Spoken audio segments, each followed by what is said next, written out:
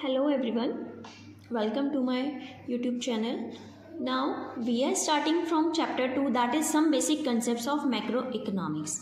So there are some basic concepts which you have to study in macroeconomics, ठीक है, according to VK Uri or NCERT topics, because in NCERT there is a limited type of notes are given there. आपके पास पूरी definition नहीं है, पूरे points नहीं है, सिर्फ पॉइंट्स गिवन होंगे तो आपके पास पूरा डिटेल में उसमें नहीं है.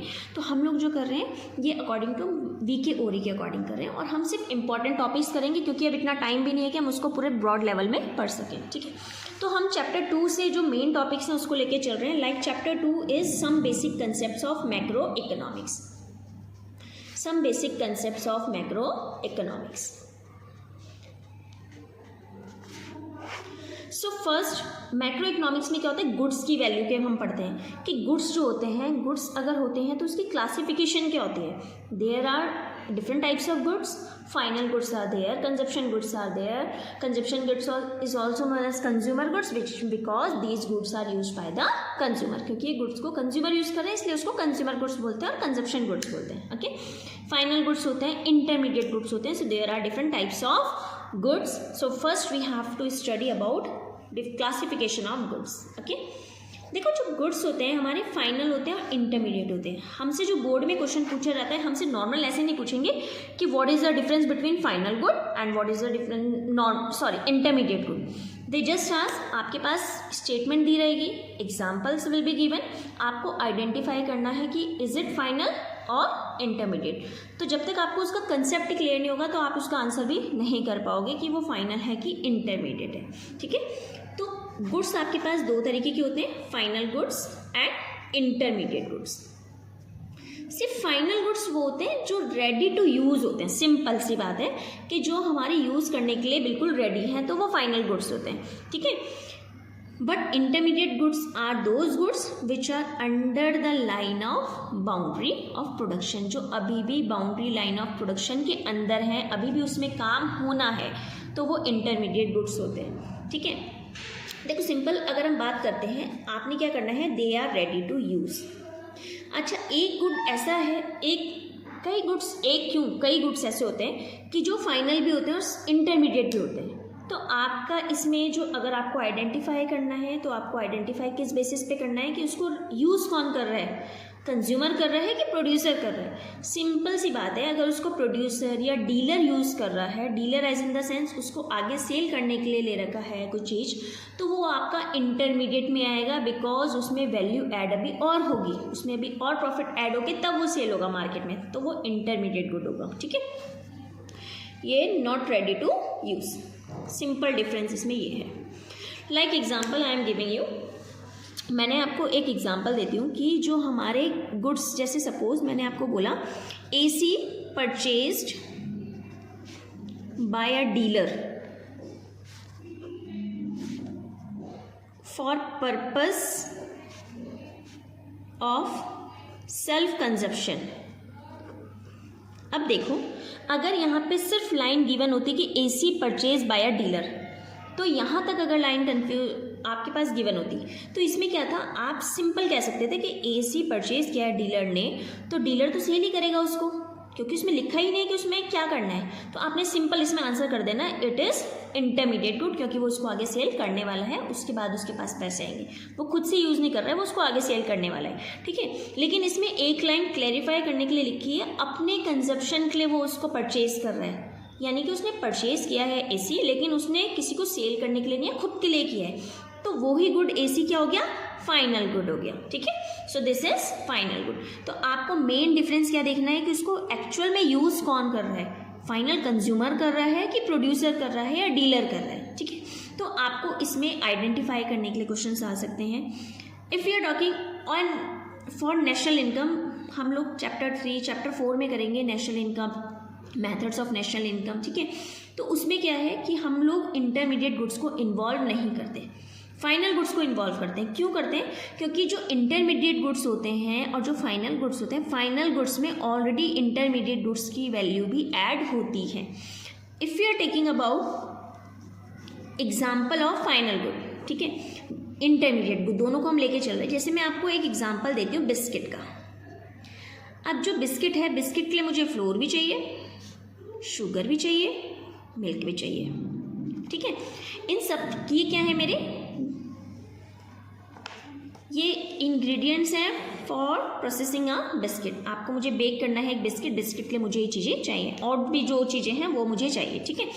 तो अब ऐसा तो नहीं है ना कि मैं फ्लोर अगर मैं सपोज़ परचेज करने के लिए जा रही हूँ तो जो सेलर होगा मुझे क्या बोलेगा कि इसमें फ्लोर इतने रुपीज़ का है, शुगर इतने रुपीज़ का है, मिल्क इतने रुपीज़ का है, तो वो हमसे अलग अलग पैसे चार्ज करता है? नहीं, वो क्या करता है, हमसे बिस्किट के पैसे चार्ज करता है। आपने देखा भी होगा जो उसमें हम अगर कोई पैकेट परचेज करते हैं, चाहे वो बिस्किट हो, नमकीन हो, वट एवर इट इज़, तो उसमें मेंशन रहता है कि इंग्रेडिएंट्स क्या क्या हैं, किस किस चीज़ों से मिलकर ये बना है। तो उसमें जो कॉस्ट होती है वो हमारी, हम जो भी कॉस्ट पे करते हैं that is a final good. हम वो फाइनल गुड की करते हैं, हम इंटरमीडिएट गुड्स की नहीं करते। ये हमारे इंटरमीडिएट गुड्स है। इंटरमीडिएट गुड्स मतलब इनसे ये चीज़ें बन रही हैं, जो फाइनल गुड बन रही है वो इनसे बन रही है। अगर सपोज मैं कह रही हूँ कि बिस्किट 25 रुपीज़ का है, उसमें इंग्रेडिएंट्स की वैल्यू भी ऐड है प्लस प्रॉफिट ऑफ सेलर भी ऐड है, तो अगर मैं इनकी वैल्यूज़ अलग अलग लूँगी तो ये क्या होगा, 5, 5, 5, 15, ये वाली वैल्यू ऑलरेडी इसमें इंक्लूड है ना। तो अगर मैं सपोज इसको भी चार्ज करूँगी तो ये क्या होगा, डबल काउंटिंग की प्रॉब्लम क्रिएट होगी। डबल काउंटिंग मतलब जब हम एक चीज़ को दो बार काउंट कर लेते हैं। हमने ऑलरेडी 25 में उसके इंग्रेडिएंट्स की वैल्यू को ऐड कर रखा है, प्रॉफिट भी ऐड कर रखा है, ठीक है, तो हम इसकी वैल्यू को इसमें दोबारा ऐड नहीं करेंगे। That's why for the estimation of national income only value of final goods will be considered. सिर्फ फाइनल गुड्स की वैल्यू लेते हैं, इंटरमीडिएट गुड्स की वैल्यू नहीं लेते हैं, ठीक है। So this is the classification of simple goods, final goods and intermediate goods. But if we are talking about final goods, तो final goods are broadly classified into 2 categories. अगर हम final goods की बात करते हैं तो फाइनल गुड्स आपके 2 तरीके के होते हैं। देखो, फाइनल गुड्स होते हैं 2 तरीके के होते हैं। एक होते हैं आपके कंज्यूमर गुड्स, ऑब्वियस सी बात है कंज्यूमर गुड्स हैं तो यानी कि उसको कंज्यूमर यूज़ कर रहे हैं। एंड दूसरा होता है producer goods. Producer goods means these goods are use by the producers, उसको प्रोड्यूसर्स यूज़ कर रहे हैं, जिसको कैपिटल गुड्स भी बोलते हैं।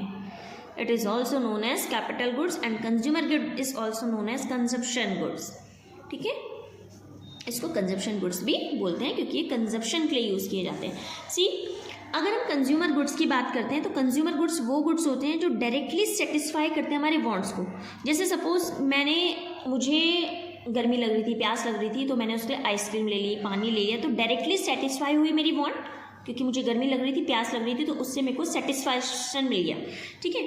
लेकिन अगर हम कैपिटल गुड्स की बात कर रहे हैं, कैपिटल गुड्स कौन से होते हैं, जो प्रोड्यूसर यूज़ कर रहे हैं, फॉर फर्दर प्रोडक्शन के लिए यूज़ किया जाता है। कि मैंने सपोज प्लांट एंड मशीनरी है मेरे पास, this is a capital good and I am using plant and machinery for further production of goods. आगे मैं उनको यूज़ करूँगी क्योंकि मुझे उनसे आगे गुड्स का प्रोडक्शन करना है, ठीक है। So these are the 2 types of goods of final goods. Now अगर हम लोग कंजप्शन गुड्स या कंज्यूमर गुड्स को परचेज कर रहे हैं तो उसमें जितना भी खर्चा होता है उसको हम बोलते हैं consumption expenditure, that is known as consumption expenditure.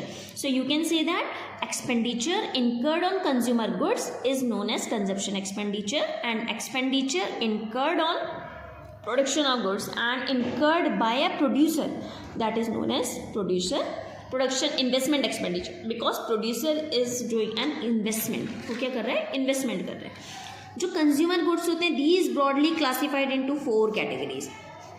इसमें आप इसको थॉरोली रीड करना क्योंकि इससे ज़्यादा क्वेश्चन नहीं पूछता है। अगर वो पूछेगा तो सिर्फ एग्जाम्पल पूछते हैं कि आप इसका एग्जाम्पल बता दो, तो एग्जाम्पल आप तभी बता पाओगे जब आपको पता हो कि होते क्या गुड्स हैं ये, ठीक है। तो देखो, फर्स्ट होते हैं आपके ड्यूरेबल गुड्स। ड्यूरेबल गुड्स नाम से ही पता लग रहा है कि ड्यूरेबल मतलब जो काफ़ी समय तक हम यूज़ कर सकते हैं, विच can be use for several years, simple. Semi durable मतलब जिनको हम क्या कर सकते हैं, सेमी ड्यूरेबल गुड्स, इसको या तो आप 1 ईयर तक यूज़ करोगे या स्लाइटली मोर, उससे थोड़ा सा ज़्यादा आप यूज़ कर सकते हो, which can be use for 1 year और slightly more. Third one is non durable goods, जो ज़्यादा लंबे समय तक नहीं चलते हैं।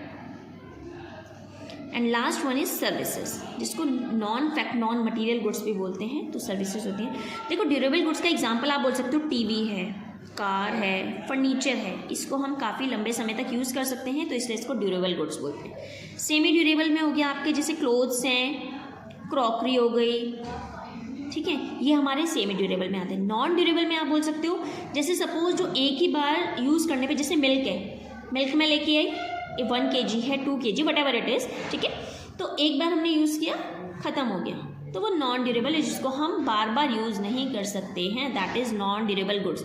सो मिल्क यू कैन से, LPG is also an example of non-durable good, and services, as you know, services में आपके teacher, doctor, these are non-material goods, ये goods नहीं है, these are the services. तो teacher, lawyer, doctor, these are the example of services. Okay, so these are the types of consumer goods and final goods. Okay, so this is the topic, that is classification of goods we have done, final goods and intermediate good, differentiation we have done. Now we will do components of investment. Okay, so we will do components of investment in next lecture, and then we will start national income, and national income is very important topic. So I will tell you some tricks to learn that formula for national income. Okay, there are some aggregates of national income, how can you learn that tricks or that formula for calculating national income. उससे related हम पे national income से related theory कम आती है, questions ज़्यादा आते हैं, questions as in the sense numerical ज़्यादा आते हैं, तो हम उसको अच्छे से करेंगे, जो कि हम नेक्स्ट लेक्चर में करेंगे। ठीक है, थैंक यू।